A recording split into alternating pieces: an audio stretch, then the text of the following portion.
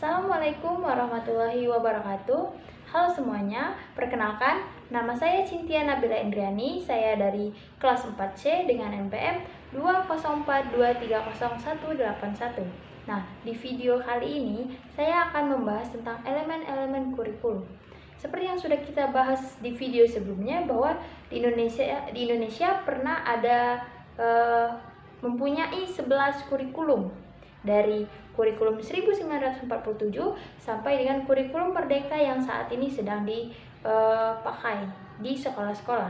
Nah, tetapi di video kali ini saya cuma akan membahas 2 kurikulum saja, yaitu elemen-elemen kurikulum pada kurikulum 2013 dan elemen-elemen pada kurikulum Merdeka. Nah, sebelum masuk ke materi, kalian tahu nggak sih apa sih yang dimaksud dengan elemen-elemen kurikulum? Oke, mari kita bahas.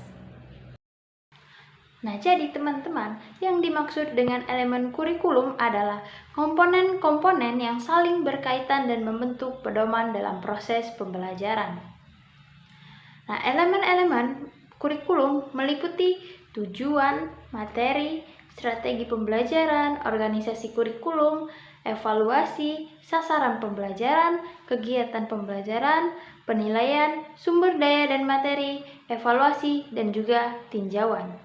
Nah, kurikulum 2013 dan kurikulum Merdeka memiliki beberapa elemen kunci yang membedakan keduanya, terutama dalam konteks standar kompetensi lulusan atau SKL, standar isi atau SI, dan juga zonasi atau domisili. Nah, materi ini yang bakal kita bahas di video kali ini. Nah, yang pertama kita bakal bahas tentang standar kompetensi lulusan atau SKL. SKL adalah kriteria minimal yang harus dicapai oleh peserta didik setelah menyelesaikan pendidikan.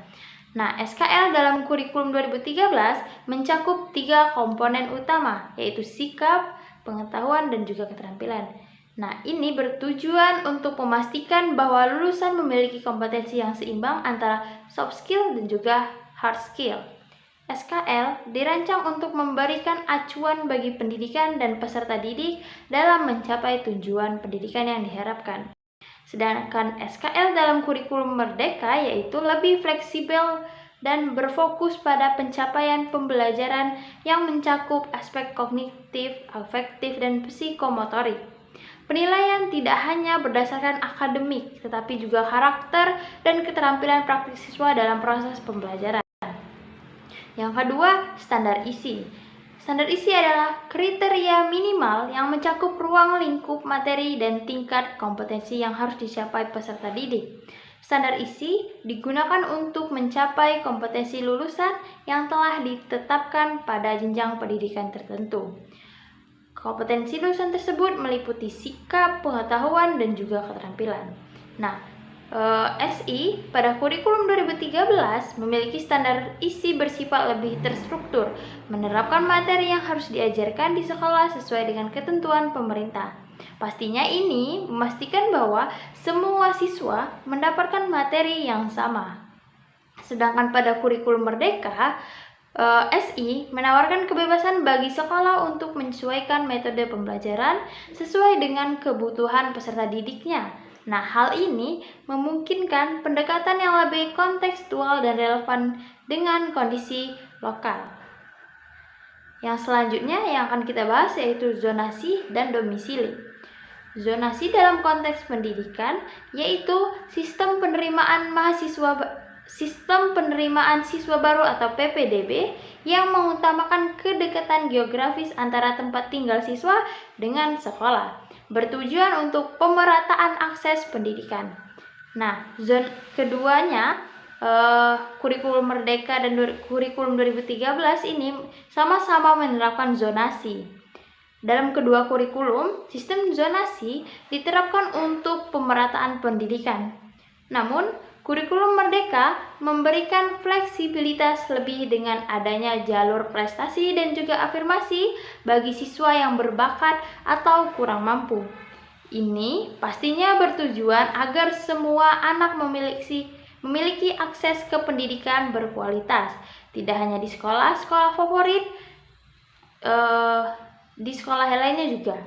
Namun, sistem ini seringkali menghadapi kritik karena ketidakmerataan jumlah sekolah negeri dan potensi manipulasi data kependudukan, di mana orang tua siswa mungkin berpindah domisili secara administratif untuk meningkatkan peluang penerimaan anak mereka.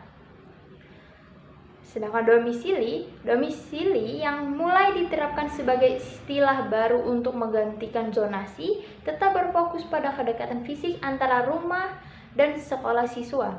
Nah, pendekatan ini diharapkan dapat mengurangi masalah manipulasi data karena lebih menekankan pada realitas lokasi siswa. Meskipun tampak sebagai perubahan nama, penggantian ini juga bertujuan untuk memperbaiki kesalahpahaman masyarakat tentang penerimaan siswa yang hanya bergantung pada zonasi. Kedua sistem ini memiliki kelebihan dan tantangan. Nah, zonasi bertujuan untuk mengurangi ketimpangan pendidikan, tetapi seringkali tidak berhasil mencapai tujuannya akibat keterbatasan infrastruktur dan kualitas sekolah.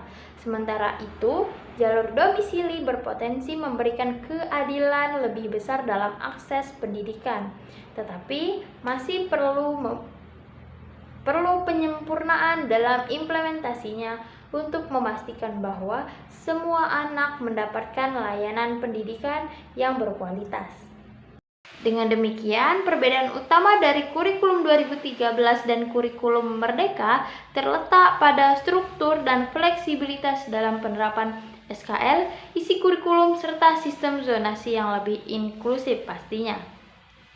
Nah, walaupun adanya perbedaan antara kurikulum 2013 dan kurikulum Merdeka, pastinya kedua kurikulum ini bertujuan untuk menciptakan peserta didik yang lebih unggul lagi dan bisa membangun negeri ini sampai Indonesia emas pada tahun 2045 nanti. Oke, itulah tadi pemaparan materi yang dapat saya sampaikan di video kali ini.